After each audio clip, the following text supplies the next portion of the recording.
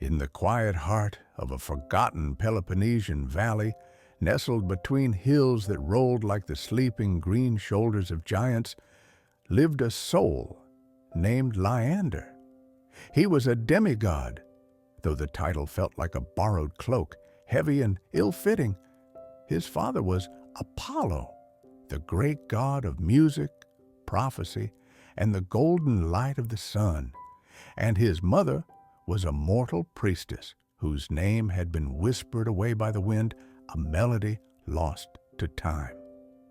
Lyander's home was a small, secluded grove, a haven of silver-leafed olive trees and a single ancient oak whose branches were a sanctuary for slumbering doves. A stream, so clear it seemed to be pure liquid light, traced a gentle curve through the grass, its voice a constant soothing murmur that spoke of stones worn smooth and roots long quenched. This was the only music Lyander had left. For him, the world had fallen silent. It was not a deafness of the ear. He could hear the rustle of the leaves as the evening breeze combed through the oak. He could hear the soft coo of the doves and the distant bleating of wild goats on the hillsides. But the soul of the sound, the divine harmony that his father had woven into the fabric of creation, was gone. He perceived only the surface of things, a world stripped of its innate poetry. The wind was just moving air, the water just a liquid, the light just an absence of shadow. The song beneath the surface, the celestial vibration that gave the world its depth and meaning, was a void. This silence was his punishment, a penance for a sin born not of malice, but of the careless pride of youth. Lyander had inherited a sliver of his father's gift of sight. He could perceive the delicate threads of fate, the shimmering pathways of what was to come.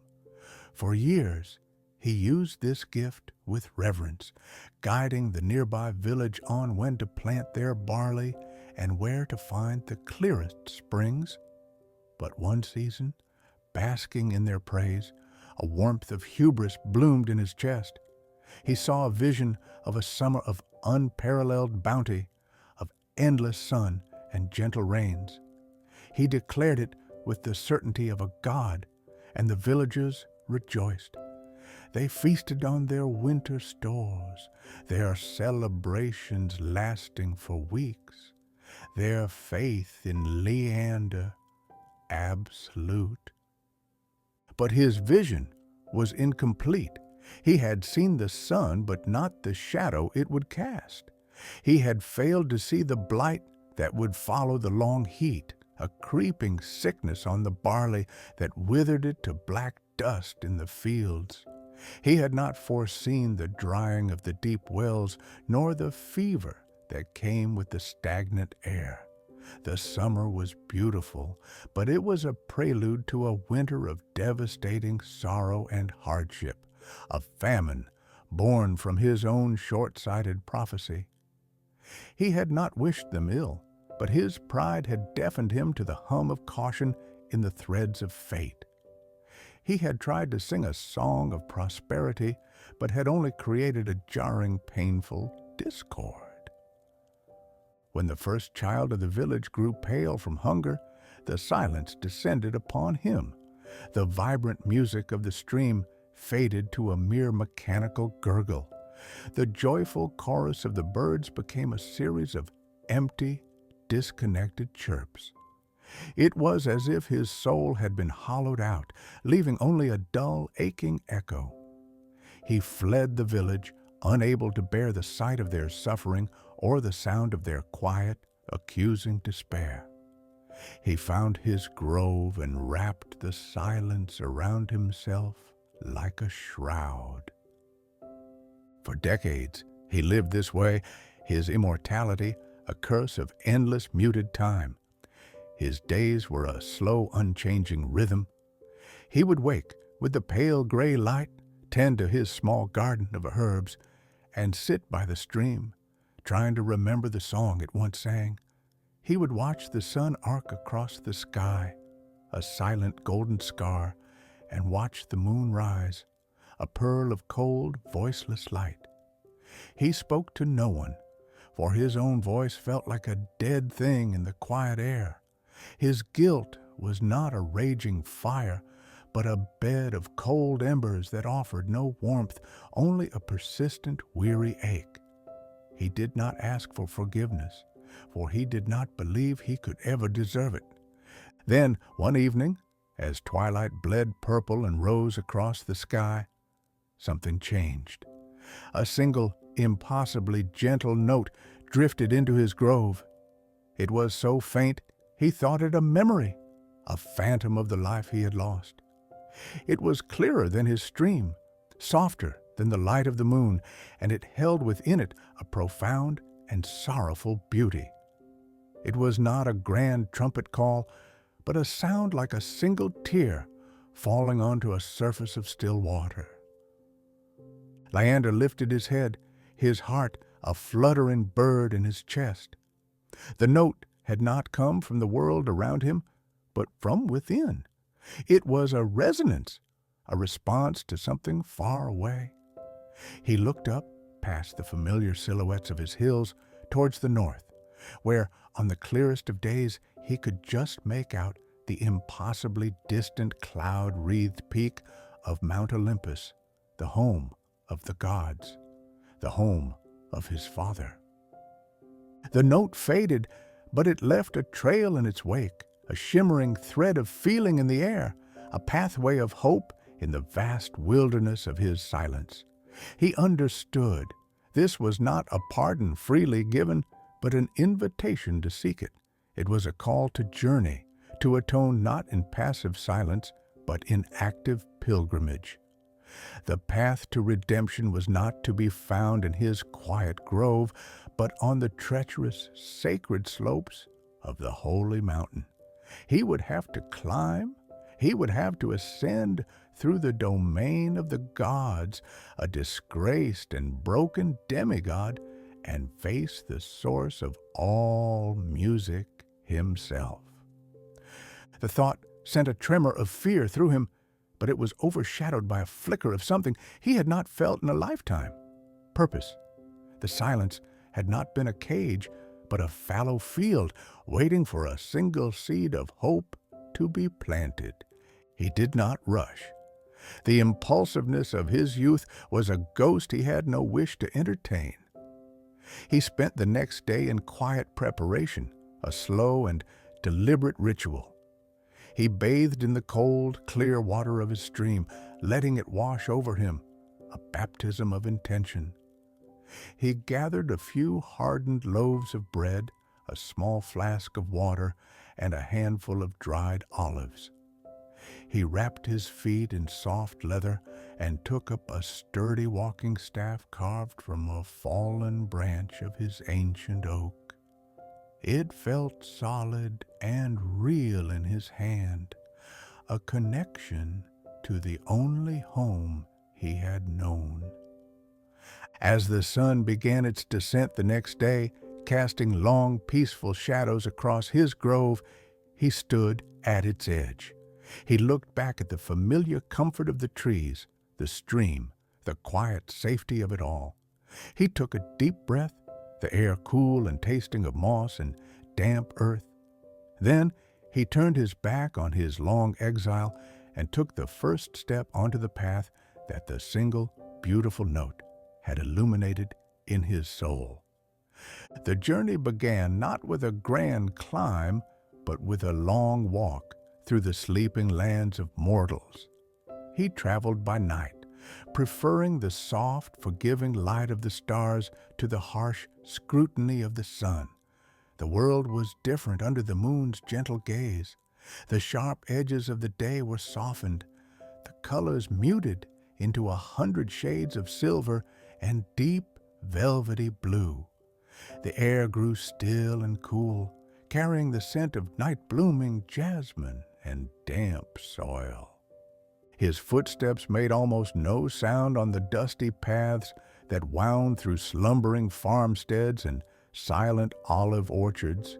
He moved like a shadow, his presence barely a whisper on the land. He found a strange comfort in the anonymity of the darkness. Here, he was not Apollo's failed son, nor the harbinger of famine. He was just a traveler, a solitary figure moving through a world deep in its dreams. He walked with a slow, meditative rhythm, the tap of his staff a steady, percussive beat against the earth. Tap, tap, tap. It was a simple sound, a mortal sound, and it grounded him. He focused on the feeling of the path beneath his feet, the way the ground shifted from soft earth to loose gravel, from smooth, worn stones to the cool, damp grass of a meadow.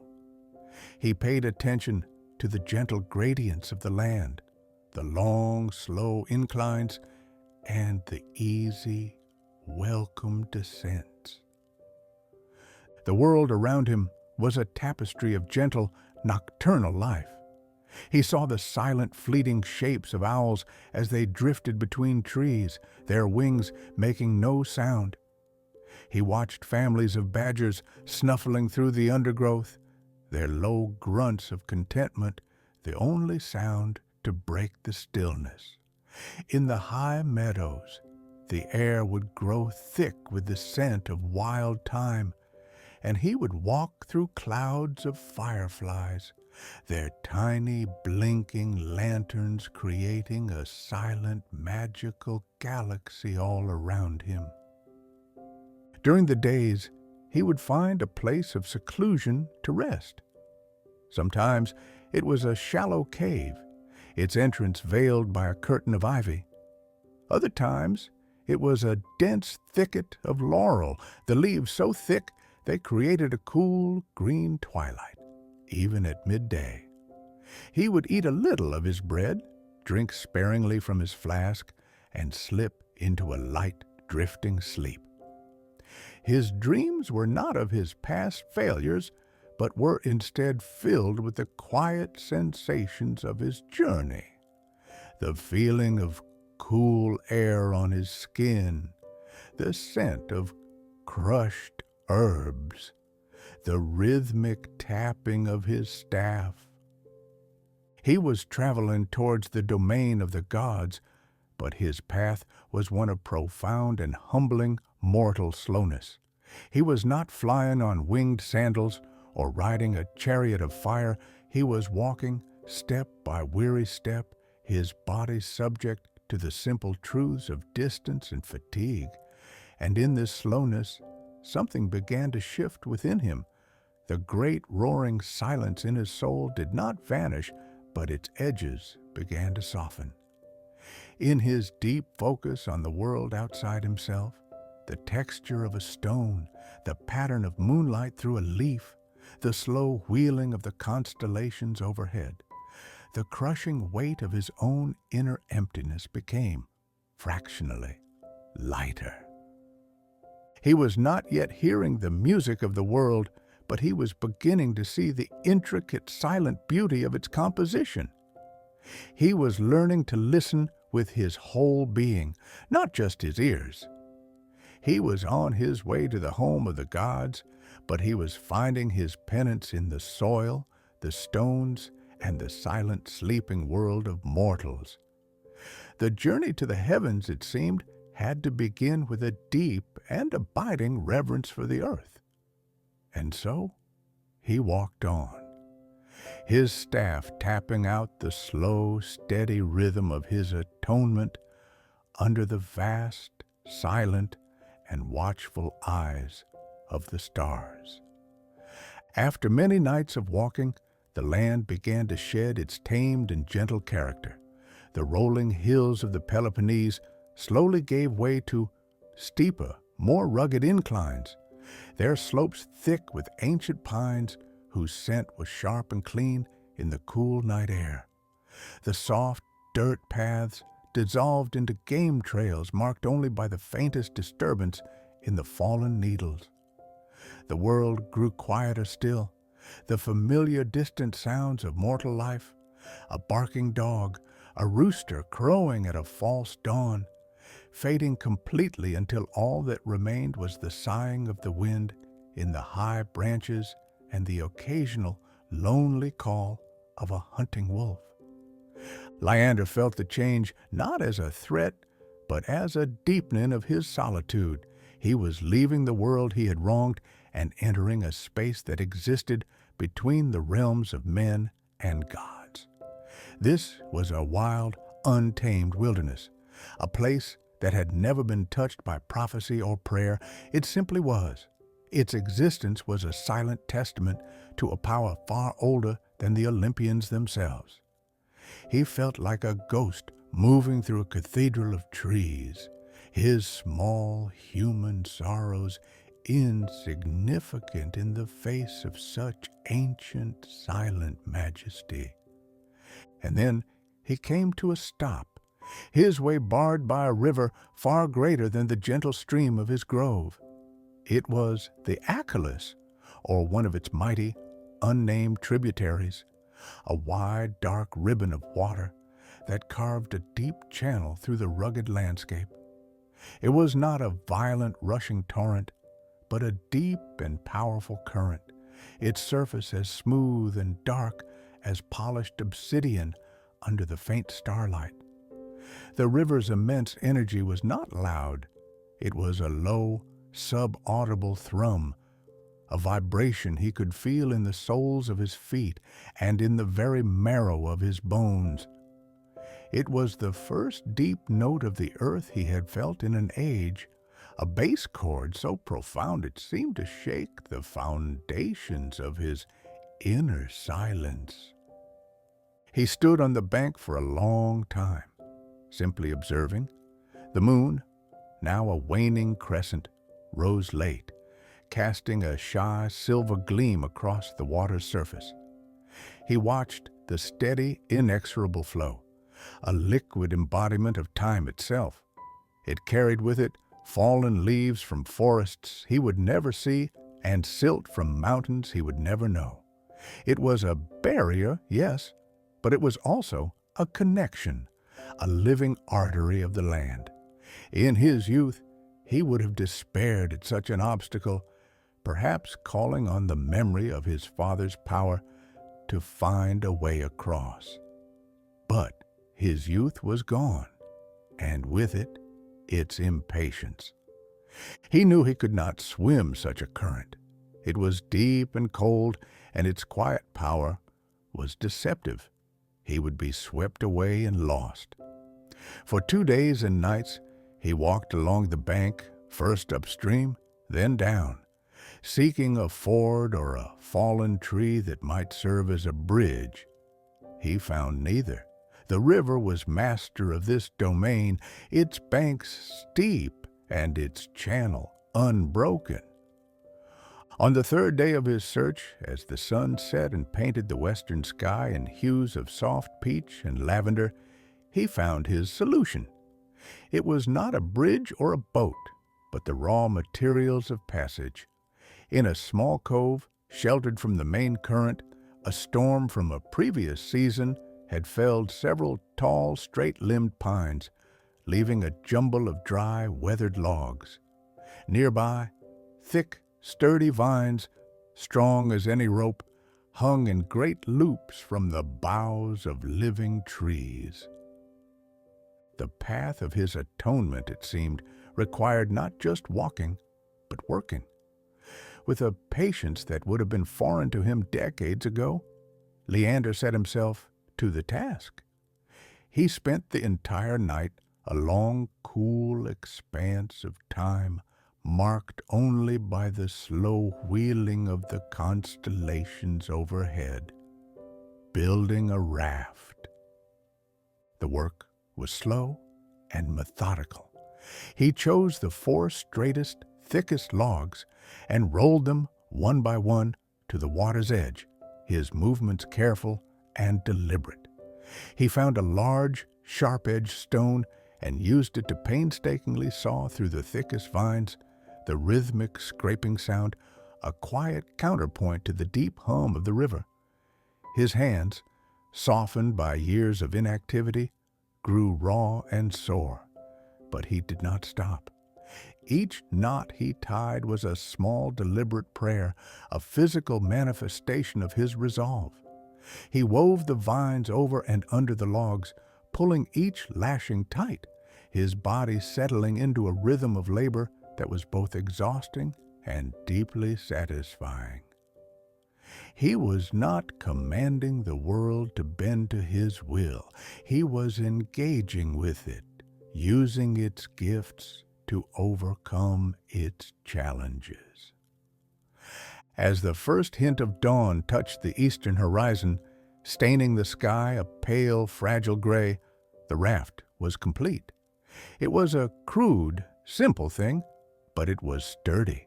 It was honest. He pushed it into the shallows of the cove. It floated, stable and buoyant. He ate the last of his bread and drank from the river, the water so cold it made his teeth ache. Then, taking up his oaken staff, he stepped onto the raft. Using the staff to pole himself away from the bank, he pushed out of the sheltered cove and into the immense, silent pull of the main current. The raft drifted out onto the great river, a slow, majestic glide that was utterly without sound.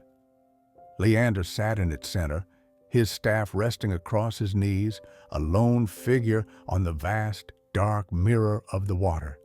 Above him, the river of the sky, the Milky Way, was so bright it seemed to have spilled its contents onto the water below, and he felt as though he were drifting not on water, but through the cosmos itself. The silence here was different. It was not the empty, aching silence of his soul, but a deep, resonant silence, full of the immense, sleeping power of the natural world. The current carried him downstream as it pulled him across, a long diagonal journey to the far bank. He did not fight it. He surrendered to its wisdom, trusting it would deliver him to the other side. For the first time in his long exile, he felt a sense of peace that was not born of resignation, but of acceptance. He was a small, mortal thing, adrift on a force far greater than himself, and in that smallness there was a strange and profound freedom.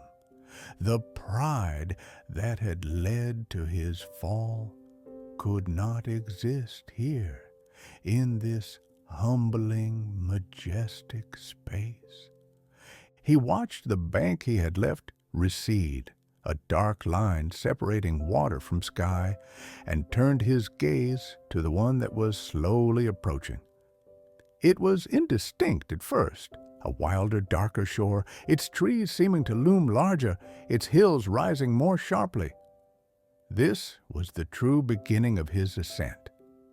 He had crossed a threshold, the world of men, of villages and farms, and the memory of his failure was now behind him. Ahead lay the sacred wilderness that guarded the slopes of Olympus. The raft bumped gently against a muddy shore just as the sun's first golden rays crested the mountains behind him, striking the tops of the trees and setting them ablaze with light. He stepped off his humble vessel and onto the new bank, his feet sinking into the soft, damp earth. He did not look back. He had crossed the river, and in doing so, had crossed a more significant boundary within himself. The silence in his soul remained, but he was no longer just waiting within it. He was moving through it, his every slow, deliberate action a step towards the distant, hoped-for sound of grace. He stood for a moment, breathing in the cool, damp air of the new shore, then turned his face towards the rising slopes and began to climb. The forest on this new shore was of a different character entirely. The trees stood closer together, their trunks wider than any Lyander had ever seen, their high branches forming a dense canopy that plunged the forest floor into a perpetual twilight.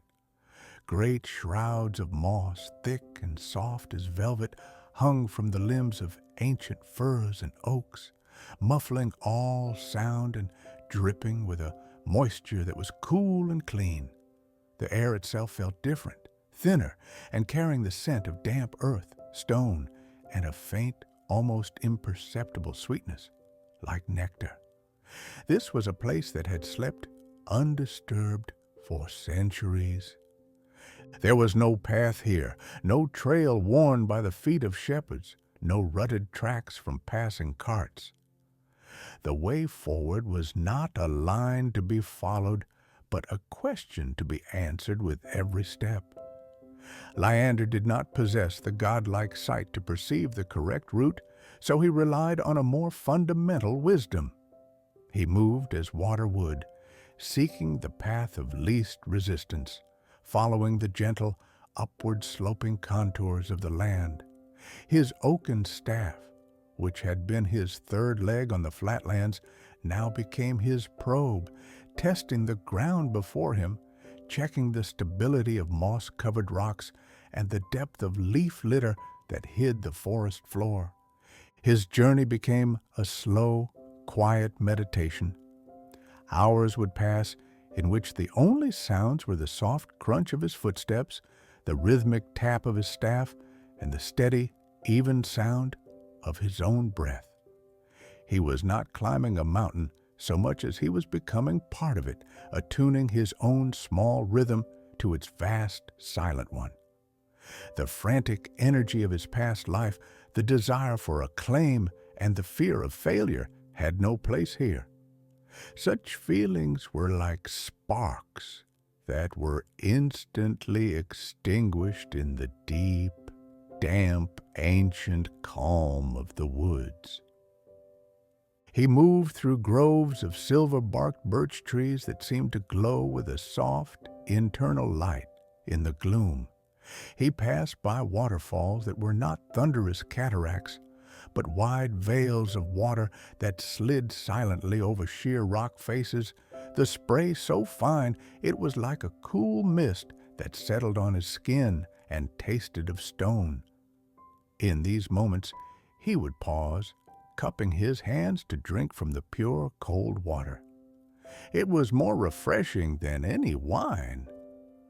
A simple, life-giving gift from the mountain itself.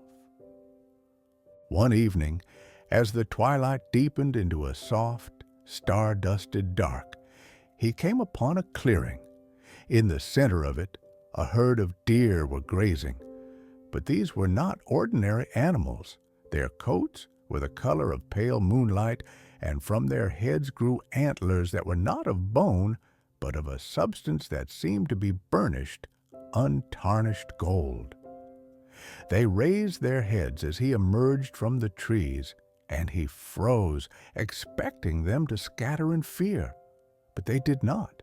They simply watched him, their large, dark eyes holding a deep, placid intelligence, devoid of fear or aggression. They saw him not as a threat, nor as a demigod, but simply as another being moving through the quiet world. Lyander gave a slow, respectful bow of his head. For a long moment, there was a shared stillness between the humble demigod and the sacred beasts. Then, as one, the deer turned and drifted back into the forest, vanishing as silently as they had appeared, leaving Lyander alone in the moon-drenched clearing, his heart filled with a profound sense of reverence. His sustenance came in the form of these quiet miracles. The mountain provided for him, but only in the measure of his need. He would find a single branch of a wild apple tree bearing one perfect, crisp fruit. He would stumble upon a small patch of wild strawberries, their flavor so intensely sweet it felt like a memory of sunlight. He never took more than he needed for a single meal, and he would always murmur his thanks to the silent woods. This was another part of his penance, to learn that the world was not a treasure house to be plundered for his glory, but a sacred space that would offer its gifts to those who walked within it with a humble and respectful heart. His nights were spent in simple shelters.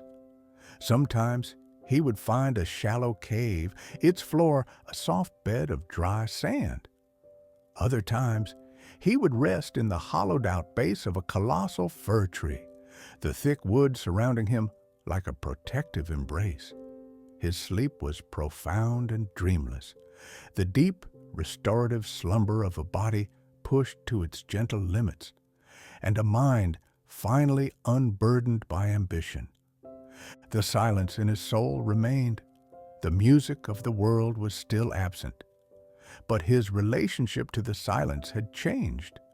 Before, it had been a punishment, a void, an emptiness that mocked him. Now, it was becoming something else. It was a canvas. Against the profound quiet within him, the other senses became extraordinarily vivid. He could feel the subtle difference in the texture of bark from an oak versus a pine. He could smell the coming of rain in the air long before the first drop fell. He could see the intricate fractal patterns of lichen on a stone, a universe of silent, slow life. He was beginning to understand. His father had not taken the music from the world. He had taken it from him. The song was still there, woven into every leaf and every drop of water. He had simply been rendered deaf to it. But here, in this sacred quiet, by learning to listen with his skin, his nose, his eyes, he was slowly, painstakingly, beginning to piece the melody back together in a new way. It was not the grand celestial symphony he had once known, but a quieter, more intimate tune, the song of the earth itself. After what felt like an eternity of nights and days, he reached a high ridge. The dense forest gave way to windswept stone and hardy low-lying shrubs. From here, he could look back. Below him, the great forest he had crossed was a dark green carpet stretching all the way back to the silver line of the river he had crossed. Beyond that, the lands of men were a hazy, indistinct blur in the far distance. He had come so far. He turned his gaze forward and upward. Above him, the true peaks of Olympus rose, jagged spires of bare rock that clawed at the sky. Their highest points were wreathed in a perpetual crown of luminous clouds, hiding the ultimate summit from view. It was still so far away, a journey that seemed impossible. But for the first time, looking at that impossible height, Lyander felt not despair, but a quiet, steady resolve. The climb was his atonement. Each step was a word in his plea for forgiveness. He found a sheltered spot between two great boulders, wrapped himself in his cloak as the high-altitude wind began to whisper around him, and settled down to rest, his eyes on the distant, cloud-veiled home of the gods. The journey was far from over, but he was no longer lost. He was on his way. The world above the tree line was a stark and silent kingdom of stone. The soft earth and yielding carpet of moss were gone, replaced by jagged rock and fields of scree that shifted and whispered under Lyander's weight. The air grew thin and sharp, so pure and cold it felt as though he were breathing in the essence of the winter sky. This was the mountain laid bare, its bones exposed to the ceaseless caress of the wind, and the wind was the only voice here. It was not the gentle sigh he had known in the forest below, but a vast, all-encompassing presence. It hummed a low single note against the rock faces, a sound so ancient it seemed to be the echo of the world's first breath. It eddied around him, tugging at his cloak, its touch a constant reminder of his smallness in this immense, vertical world. Lyander learned to listen to it, to understand its subtle shifts in tone. A low moan signaled a coming gust. A high, thin whistle spoke of ice in the highest crevasses. This wind became his only companion, its song of emptiness a strange counterpoint to the silence in his own soul. His journey was no longer a walk, but a climb, a slow, deliberate, and deeply physical act of ascension. His hands, softened by his quiet life in the grove, grew calloused and sure. He learned the language of the stone, its textures telling him where a grip would hold, where a foot could find purchase. Granite was honest and rough, offering a sure hold. Schist was treacherous, prone to flake away under pressure. He learned to read the mountain not with the divine insight he had lost, but with the careful, tactile wisdom of his own body. Each handhold, each foothold was a choice, a small act of trust between him and the mountain. The days fell into a simple, powerful rhythm. With the first light of dawn, which painted the eastern sky in hues of pale rose and gold, he would rise from his shelter. He would eat a small portion of his remaining rations, a piece of hard bread, a handful of dried fruit, and drink from the snow melt that trickled down the rocks, water so cold it made his teeth ache. Then he would begin to climb, his focus narrowed to the few feet of rock before him. The world became a simple trinity of his body, the stone and the vast empty air below. The physical exertion was immense, a fire that burned in his muscles and lungs. But it was a clean fire, a purifying flame. It left no room for the ghosts of his past or the anxieties of his future. There was only the present moment, the solid feel of rock under his hand, the steady rhythm of his breathing. His penance was becoming a physical reality, etched into every aching muscle. His nights were spent in the mountain's shallow embrace. He would find shelter in a small overhang or a nook between immense boulders that shielded him from the ceaseless wind. Curled in his cloak, he would watch the sky. Up here, so close to the heavens, the stars were not distant sparks, but blazing diamonds scattered across a cloth of deepest velvet. They did not twinkle. They shone with a steady, serene light. He would watch the familiar constellations wheel overhead, their silent cosmic dance a source of deep and humbling comfort.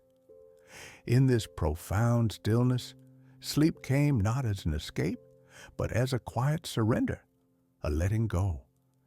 One afternoon, as he was traversing a high exposed ridge, he saw it. A great eagle, larger than any bird he had ever seen, drifted on the updrafts far above him.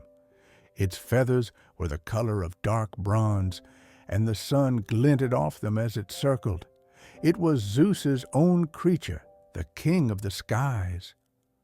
Lyander stopped, pressing himself against the rock face, suddenly feeling like an intruder. The eagle made a single, wide circle above him, its keen eyes seeming to look right through him, seeing not just the man clinging to the rock, but the fault in his soul that had driven him there. There was no judgment in its gaze, only a calm, piercing awareness. Then, with a powerful beat of its wings, it caught a current he could not feel and soared upward, disappearing into the blinding glare of the sun. Lyander did not move for a long time after the eagle was gone. The encounter had been a silent one, yet it felt more significant than any conversation. It was an acknowledgment. His pilgrimage had been seen. He was no longer just a forgotten soul wandering in the wilderness. He was a penitent who had reached the sacred upper slopes. A profound sense of purpose settled over him, quieting the last vestiges of the despair that had haunted his early journey.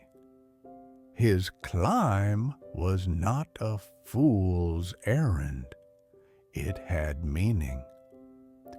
He continued upward, his movements now infused with a new gravity. He was approaching the domain of the gods, and he could feel the change in the very fabric of the world around him. The air seemed to hum with a latent power, a static charge that made the hairs on his arms stand up. The light itself was different, clearer, and more intense, as if it were shining through a celestial crystal. Finally, after countless days of climbing, he reached a vast, wind-swept plateau. It was a wide, almost level expanse of stone just below the final peak. And here he saw the final barrier. The summit of Olympus was not a visible peak of rock, but was shrouded in a roiling, living sea of clouds. They were not the gray, wispy clouds of a storm, but a brilliant pearlescent white, constantly churning, swirling, and glowing with a soft internal light. It was a curtain between the mortal world and the divine, a threshold of vapor and light. He walked to the edge of the plateau, his boots crunching on the thin layer of ice that coated the stone. The wind here was calmer, as if holding its breath before this sacred place. He stood before the cloud bank, this gate to the heavens, and gazed into its luminous, shifting depths. His journey across the land was over. His climb up the mountain was complete. All that remained was to step into the light and into the unknown that lay within.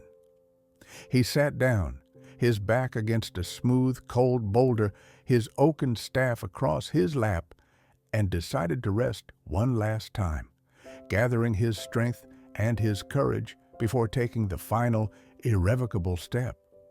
He did not know how long he sat there, on the precipice of the world, his earthly journey complete. Time itself seemed to have thinned, becoming as tenuous as the high, cold air. He did not feel impatience or fear, only a profound and patient stillness. He had done all that he could. He had walked the land, crossed the water, and climbed the stone. He had carried his silence and his sorrow with him every step of the way, and now he had brought them to the very threshold of the gods. The rest was not up to him. He rose, his movements slow and deliberate, his oaken staff, the companion of his long penance, felt heavy in his hand. It was a thing of the earth, of the grove he had left behind, of the forests he had passed through. It had no place in the realm he was about to enter. With a quiet reverence, he laid it down on the frozen ground, a final offering to the mortal world he was leaving. He took a deep breath, the cold air a final sharp anchor to the physical world, and then, with a quiet heart and an empty hand, he stepped forward into the light. The world vanished. There was no sensation of cold or wet as he had expected from a cloud. There was only light, a soft, all-encompassing, luminous white that had no source and no shadow. It was not blinding, but absolute. Sight was useless here. The vast landscape of the mountain, the sky full of stars, the memory of the sun, all were gone, dissolved into this pearlescent, uniform glow. The ceaseless whisper of the wind was gone too. A silence deeper than any he had ever known enveloped him, a silence so complete it seemed to have a physical weight. He had lost all sense of his own body. He did not know if he was walking or floating or standing still. He had stepped out of the world and into a state of pure being. He did not panic. His long journey through the quiet of his own soul had prepared him for this. This absolute sensory void was but an extension of the silence he had carried within him. He did not try to find a way forward. He simply surrendered to it. He stood or floated in the heart of the light and waited. And then, softly, ephemeral as mist, images began to form in the white nothingness. They were not sharp or clear, but hazy, silent echoes of his life. He saw his own hands, years ago, confidently drawing a bow. He saw the flash of pride in his own eyes, reflected in a polished shield. He saw the moment of his great fault, the arrogant words spoken, the sacred trust broken. But it was all distant, like watching another man's life in a dream. There was no sting of regret, no sharp pang of guilt. The emotions that had once burned him like fire were now just pale ashes, their heat long since spent. The images drifted past him and dissolved back into the light, one by one, until all that was left of his past had been witnessed, acknowledged, and released. When the last image had faded, he was truly empty. He was nothing but a consciousness suspended in light and silence, and it was into this perfect emptiness that a new sensation finally came. It was a sound. It was not the grand celestial music he had once known, the symphony of the cosmos. It was a single note. It was impossibly soft, yet it filled the void completely. It was a low, gentle hum, like the sound of a single star singing in the darkness. It did not come from without, but seemed to be born in the very center of his being. It was the first note of a new song, a quiet song, his own. As he listened, he felt a gentle, pulling sensation. The light around him began to thin, not disappearing but softening, resolving itself. The luminous white slowly gave way to color. Soft golds and pale blues bled into his vision. The profound silence was replaced by the faintest whisper of a gentle breeze and the impossibly distant sound of a lyre. He felt solid ground beneath his feet once more, but it was not the hard stone of the mountain. It was a soft, springy turf that seemed to shine with its own light. The cloud had parted. He stood in a garden of impossible beauty. Flowers that glowed with a soft internal luminescence grew in beds of dark, rich soil. Trees with silver leaves and golden fruit swayed gently in a breeze that carried the scent of nectar and ambrosia. The light was soft and golden, a perpetual, gentle afternoon that had never known the harshness of noon or the darkness of night. In the distance, through the soft haze, he could see the gleaming white pillars of the divine palaces. He had arrived. He stood there for a moment, taking in the serene, otherworldly beauty of the place. The silence in his soul was gone, replaced by that one single quiet note that was the beginning of his own music. He had climbed the mountain to beg for forgiveness, to plead for the return of what he had lost. But his journey had changed him. He no longer felt the need to beg. His penance had not been a payment for a debt, but a process of transformation. A figure approached him, walking slowly from between the silver-leaved trees. It was his father, his form radiating a soft, gentle light. He stopped before Lyander, and his eyes, which had once held the fire of divine anger, were now filled with a deep, calm understanding. Lyander did not speak. He had no words left. He had walked them all away on his long journey. He simply met his father's gaze, and in that shared silent look, everything was understood. The fault, the punishment, the pilgrimage, the atonement. It was all there. His father smiled, a slow, gentle expression, and then he simply turned and began to walk toward the distant palaces. He did not command Lyander to follow. He did not need to. After a moment, Lyander fell into step behind him. He did not know what his future would be in this place, what his role would be among the gods he had wronged. It did not matter. He had faced his silence and had found a new song within it. He had climbed his mountain. He was home.